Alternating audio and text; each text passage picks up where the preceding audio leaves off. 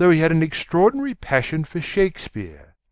He told me once, with an air of pride, that his 5 bankruptcies were entirely due to the Bard, as he insisted on calling him. He seemed to think it a distinction. It was a distinction, my dear Dorian, a great distinction. Most people become bankrupt through having invested too heavily in the prose of life. To have ruined oneself over poetry is an honour. But when did you first speak to Miss Sibyl Vane? The 3rd night. She'd been playing Rosalind. I could not help going round. I had thrown her some flowers, and she had looked at me. At least, I fancied that she had. The old Jew was persistent. He seemed determined to take me behind, so I consented. It was curious, my not wanting to know her, wasn't it? No, I don't think so. My dear Hattie, why? I will tell you some other time. Now I want to know about the girl. Sibyl? Oh, she was so shy and so gentle. There's something of a child about her. Her eyes opened wide in exquisite wonder when I told her what I thought of her performance, and she seemed quite unconscious of her power. I think we were both rather nervous. The old Jew stood grinning at the doorway of the dusty green room, making elaborate speeches about us both, while we stood looking at each other like children. He would insist on calling me "my lord," so I had to assure Sibyl that I was not anything of the kind. She said quite simply to me, "You look more like a prince. I must call you Prince Charming." Upon my word, Dorian, Miss Sibyl knows how to pay compliments. You don't understand her, Harry. She regarded me merely as a person in a play. She knows nothing of life. She lives with her mother, a faded, tired woman who played Lady Capulet in a sort of magenta dressing wrapper on the first night, and looks as if she had seen better days. I know that look. It depresses me, murmured Lord Henry, examining his rings. The Jew wanted to tell me her history, but I said it did not interest me. You were quite right. There is always something infinitely mean about other people's tragedies. Sibyl is the only thing I care about. What is it to me where she came from? From her little head to her little feet, she is absolutely and entirely divine. Every night of my life I go to see her act, and every night she is more marvellous. That is the reason, I suppose, that you never dine with me now. I thought you must have some curious romance on hand. You have, but it is not quite what I expected. My dear Harry, we either lunch or sup together every day, and I have been to the opera with you several times, said Dorian, opening his blue eyes in wonder. You always come dreadfully late. Well, I can't help going to see Sibyl play, he cried, even if it is only for a single act. I get hungry for her presence, and when I think of the wonderful soul that is hidden away in that little ivory body, I am filled with awe. You can dine with me tonight, Dorian, can't you? He shook his head. Tonight she is Imogen, he answered, and tomorrow night she will be Juliet. When is she Sibyl Vane? Never. I congratulate you. How horrid you are! She is all the great heroines of the world in one. She is more than an individual. You laugh, but I tell you she has genius. I love her, and I must make her love me. You, who know all the secrets of life, tell me how to charm Sibyl Vane to love me. I want to make Romeo jealous. I want the dead lovers of the world to hear our laughter and grow sad. I want a breath of our passion to stir their dust into consciousness, to wake their ashes into pain. My God, Harry, how I worship her!" He was walking up and down the room as he spoke. Hectic spots of red burned on his cheeks. He was terribly excited. Lord Henry watched him with a subtle sense of pleasure. How different he was now from the shy, frightened boy he had met in Basil Hallward's studio. His nature had developed like a flower, had borne blossoms of scarlet flame.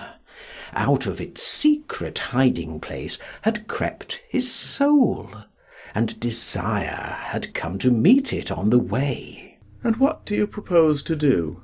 said Lord Henry at last. "I want you and Basil to come with me some night and see her act. I have not the slightest fear of the result. You are certain to acknowledge her genius. Then we must get her out of the Jew's hands. She is bound to him for 3 years, at least for 2 years and 8 months from the present time. I shall have to pay him something, of course. When all that is settled, I shall take a West End theatre and bring her out properly. She will make the world as mad as she has made me." "That would be impossible, my dear boy." "Yes, she will. She has not merely art, consummate art instinct in her, but she has personality also, and you have often told me that it is personalities, not principles, that move the age." "Well, what night shall we go?" "Let me see. To-day is Tuesday. Let us fix to-morrow. She plays Juliet to-morrow." "All right. The Bristol at 8 o'clock, and I will get Basil." "Not 8, Harry, please. 6:30. We must be there before the curtain rises. You must see her in the first act, where she meets Romeo." 6:30? What an hour! It will be like having a meat tea, or reading an English novel.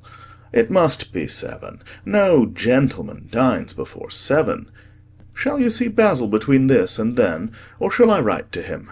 "Dear Basil, I have not laid eyes on him for a week. It is rather horrid of me, as he has sent me my portrait in a most wonderful frame, specially designed by himself, and, though I am a little jealous of the picture for being a whole month younger than I am, I must admit that I delight in it. Perhaps you had better write to him. I don't want to see him alone. He says things that annoy me. He gives me good advice." Lord Henry smiled. "People are very fond of giving away what they need most themselves. It is what I call the depth of generosity." "Oh, Basil is the best of fellows, but he seems to me to be just a bit of a Philistine. Since I have known you, Harry, I have discovered that." "Basil, my dear boy, puts everything that is charming in him into his work. The consequence is that he has nothing left for life but his prejudices, his principles, and his common sense. The only artists I have ever known who are personally delightful are bad artists. Good artists exist simply in what they make, and consequently are perfectly uninteresting in what they are. A great poet, a really great poet, is the most unpoetical of all creatures. But inferior poets are absolutely fascinating. The worse their rhymes are, the more picturesque they look. The mere fact of having published a book of second-rate sonnets makes a man quite irresistible. He lives the poetry that he cannot write. The others write the poetry that they dare not realize." "I wonder, is that really so, Harry?" said Dorian Gray, putting some perfume on his handkerchief out of a large gold-topped bottle that stood on the table. "It must be, if you say it. And now I am off. Imogen is waiting for me. Don't forget about to-morrow. Good-bye." As he left the room, Lord Henry's heavy eyelids drooped, and he began to think. Certainly few people had ever interested him so much as Dorian Gray, and yet the lad's mad adoration of someone else caused him not the slightest pang of annoyance or jealousy. He was pleased by it. It made him a more interesting study. He had been always enthralled by the methods of natural science, but the ordinary subject matter of that science had seemed to him trivial and of no import. And so he had begun by vivisecting himself, as he had ended by vivisecting others. Human life, that appeared to him the one thing worth investigating. Compared to it, there was nothing else of any value. It was true that as one watched life in its curious crucible of pain and pleasure, one could not wear over one's face a mask of glass, nor keep the sulphurous fumes from troubling the brain and making the imagination turbid with monstrous fancies and misshapen dreams. There were poisons so subtle that to know their properties one had to sicken of them. There were maladies so strange that one had to pass through them if one sought to understand their nature. And yet what a great reward one received! How wonderful the whole world became to one! To note the curious hard logic of passion, and the emotional coloured life of the intellect, to observe where they met and where they separated, at what point they were in unison, and at what point they were at discord. There was a delight in that. What matter what the cost was? One could never pay too high a price for any sensation. He was conscious, and the thought brought a gleam of pleasure into his brown agate eyes, that it was through certain words of his, musical words said with musical utterance, that Dorian Gray's soul had turned to this white girl and bowed in worship before her. To a large extent the lad was his own creation. He had made him premature. That was something.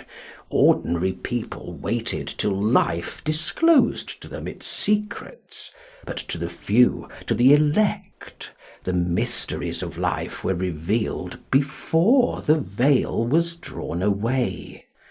Sometimes this was the effect of art, and chiefly of the art of literature, which dealt immediately with the passions and the intellect.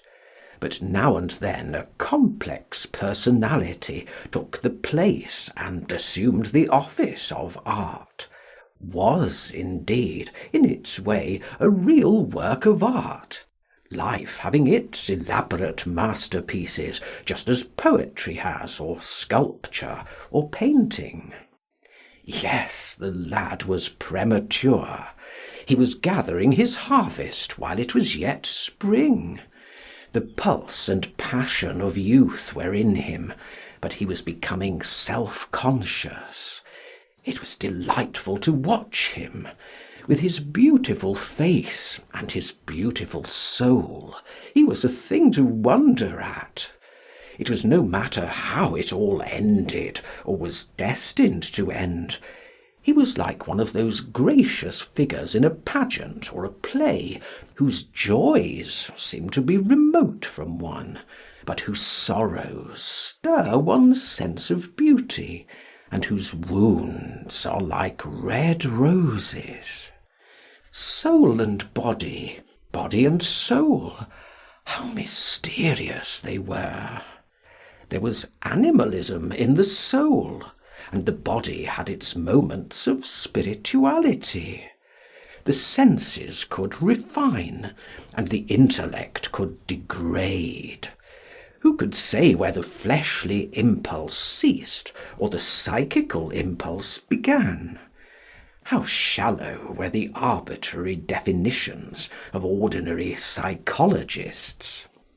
And yet how difficult to decide between the claims of the various schools. Was the soul a shadow seated in the house of sin? Or was the body really in the soul, as Giordano Bruno thought?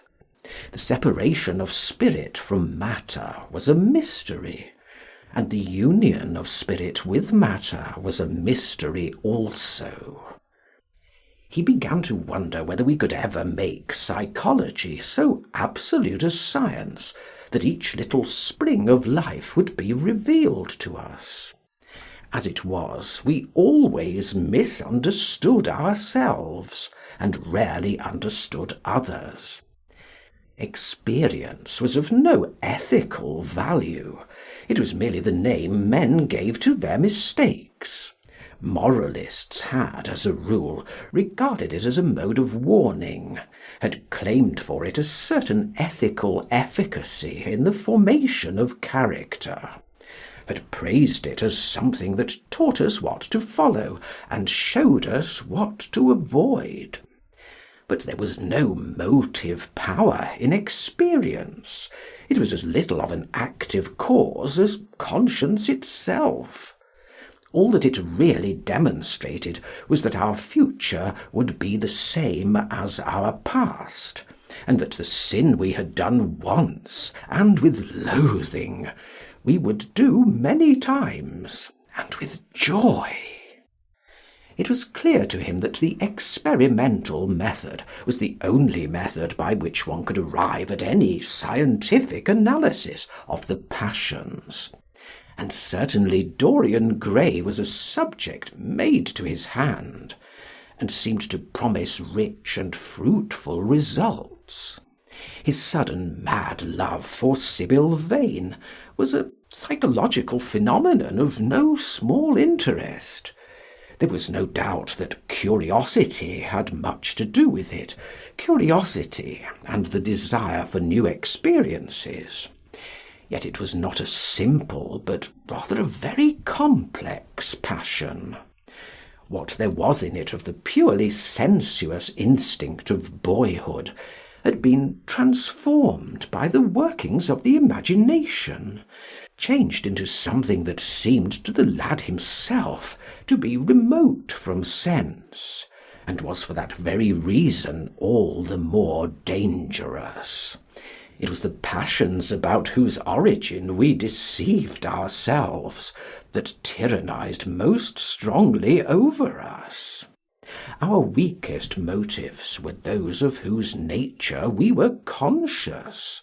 It often happened that when we thought we were experimenting on others, we were really experimenting on ourselves.